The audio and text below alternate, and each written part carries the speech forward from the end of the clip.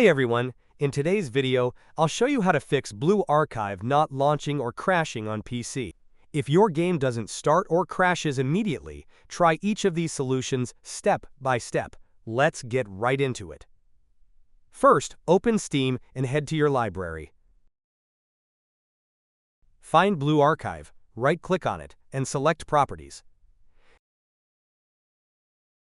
Now click on the Installed Files tab, and then click Verify Integrity of Game Files. Wait while Steam checks and repairs any corrupted or missing game files. Once done, try launching the game again.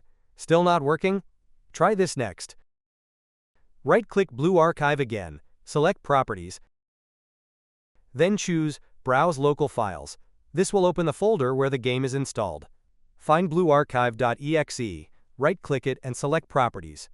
Go to the Compatibility tab. Check both. Run this program as administrator. Disable full screen optimizations.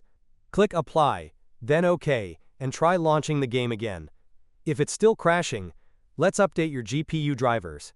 Open the Start menu and type Device Manager. Expand the section Display Adapters.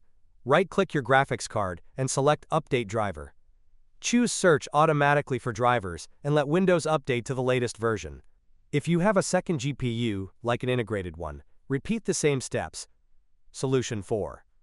If you're using an NVIDIA graphics card, open the Start menu and type NVIDIA app. Launch it, then go to the Drivers tab.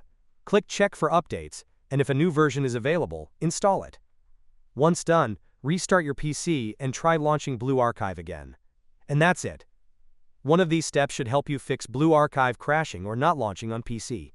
If this video helped you, make sure to leave a like, drop a comment, and subscribe for more game fix tutorials. Thanks for watching, and good luck in the game.